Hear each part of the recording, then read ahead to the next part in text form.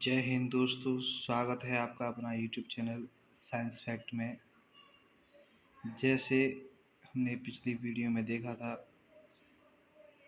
परिसंचरण तंत्र के बारे में, आज हम जानेंगे रुधिर के बारे में। रुधिर एक तरल संयोजी ऊतक तथा प्राकृतिक कोलॉइड होता है। मनुष्य के रक्त का पीएच मान 7.4 क्षारीय होता है। इस पीएच की खोज सोरेनसन ने 1909 में की थी। पीएच का full form power of hydrogen या पोटेंशियल ऑफ हाइड्रोजन होता है।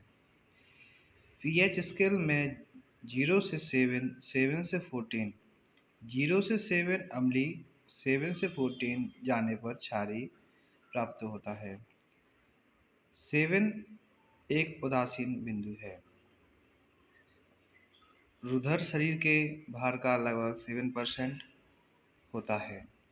आयतन में 5 से 6 लीटर पाया जाता है। रुधिर दो अवयवों से मिलकर बना है, प्लाज्मा, कोशिका। प्लाज्मा यह एक तरल पीले रंग का पदार्थ होता है। कोशिका या कणिका यह ठोस लाल रंग का पदार्थ होता है। प्लाज्मा यह 55% पाया जाता है। कोशिका यह 45% पाया जाता है।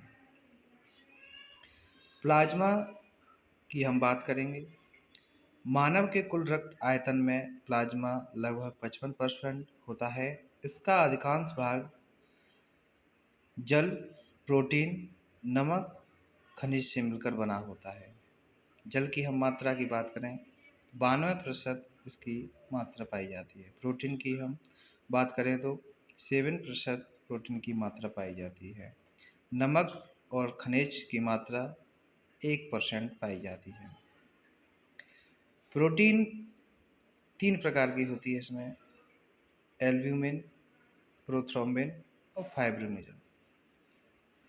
इम्पोर्टेंट फैक्ट, प्लाज्मा प्रोटीन का कार्य CO2 हार्मोन्स एवं अपशिष्ट को ले जाने का होता है। एल्ब्यूमिन की हम बात करें, एल्ब्यूमिन रक्त को तरल बनाए रखता है।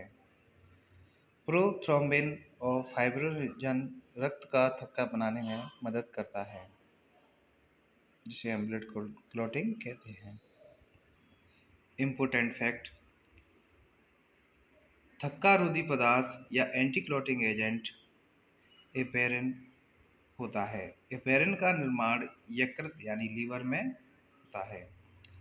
प्लाज्मा के कार्य, पूरे शरीर में प्लाज्मा रक्त के बहने में सहायक होता है, रक्त का थक्का जमाने में सहायक होता है, रक्त के पीएच मान को नियंत्रित करता है, शरीर के ताप को नियंत्रित करता है। प्लाज्मा का पीला रंग बिलिरुबिन के कारण होता है। इसका निर्माण भी लीवर में ही होता है। मनुष्य के सामान्य ताप की हम बात करें तो सेल्सियस में 37, फ़ारेनहाइट में 98.6, केल्विन में 310 केल्विन होता है। चलो जानेंगे कोशिका के बारे में। यह मुख्यतः 3 प्रकार की होती हैं, आरबीसी, डब्ल्यूबीसी, प्लेटलेट्स। आरबीसी का फुल फॉर्म है लाल रक्त कणिकाएं, डब्ल्यूबीसी को श्वेत रक्त कणिकाएं, प्लेटलेट्स को रक्त परमाणु कहते हैं। इनके वैज्ञानिक नाम, आरबीसी को एरिथ्रोसाइट, डब्ल्यूबीसी को ल्यूकोसाइट, प्लेटलेट्स को थ्रोम्बोसाइट के नाम से जानते हैं। आरबीसी को हम जानेंगे। यह कोशिकाएं गोलाकार होती हैं। आरबीसी का आकार द्विअवतलीय यानी बाइकॉन्वेक्स होता है। आरबीसी में न तो केंद्रक और न ही माइटोकॉन्ड्रिया होता है। अपवाद के रूप में ऊंट व लामा में केंद्रक और माइटोकॉन्ड्रिया पाया जाता है। आरबीसी की संख्या औसतन 4.5 से 5.5 मिलियन। मेल और फीमेल में बात करें, मेल में 5 से लेकर 5.5 मिलियन, फीमेल में 4.5 से 5 मिलियन होती है। आरबीसी का जीवन काल 120 दिन यानी 4 मंथ का होता है। आरबीसी की उत्पत्ति रेड बोन मैरो लाल अस्थिमज्जा में होती है। लाल अस्थिमज्जा यह लंबी हड्डियों के अंदर होता है, जैसे मानव शरीर की सबसे बड़ी हड्डी फीमर। रोग आरबीसी कम होने पर एनीमिया रक्त अल्पता का रोग हो जाता है। आरबीसी की अधिकता होने पर पॉलीसाइथेमिया का रोग हो जाता है। आरबीसी का कब्रिस्तान प्लीहा को कहते हैं। यह रक्त 450 ml संचित रखता है। मानव शरीर का रक्त कोष प्लीहा को ही कहते हैं। 1 यूनिट में हम 350 से 450 ml ब्लड डोनेट में लिया जाता है। प्लीहा में 3 महीने या 90 दिन में पुनः ब्लड एकत्रित हो जाता है। खाली होने पर 1 वर्ष में 4 बार रक्तदान किया जाता है। इम्पोर्टेंट फैक्ट, हीमोग्लोबिन की अधिकतम क्रियाशीलता कार्बन मोनोऑक्साइड यानी 300 गुना तक होती है, जैसे सिगरेट का धुआं। चलिए जानेंगे हम डब्ल्यूबीसी के बारे में। यह अनियमित आकार और केंद्रक युक्त होता है। अनियमित आकार की बात करें तो उदाहरण के तौर पर अमीबा। इसे शरीर का सैनिक कहा जाता है और शरीर का अंगरक्षक भी कहा जाता है। यह हमें प्रतिरोधक क्षमता प्रदान करता है।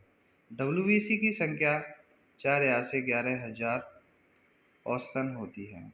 महिला व पुरुष में भी समान रूप से ही पाई जाती हैं।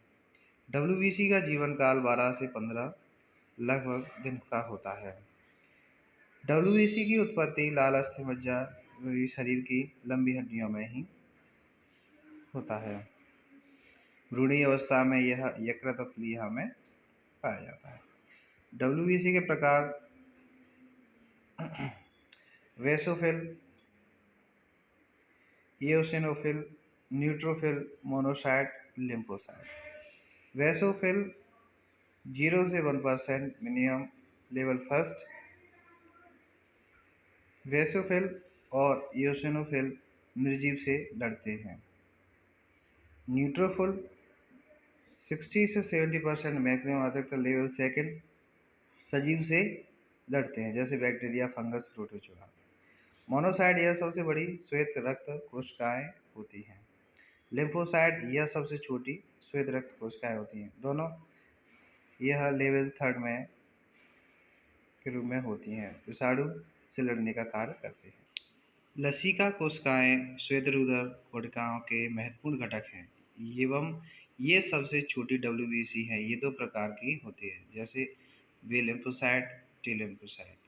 इसकी हम बी लिम्फोसाइट की उत्पत्ति की बात करें तो यह लाल अस्थिमज्जा में विकसित यह लाल अस्थिमज्जा में होती है। कार्य का इसकी बात करें तो यह एंटीबॉडी बनाता है।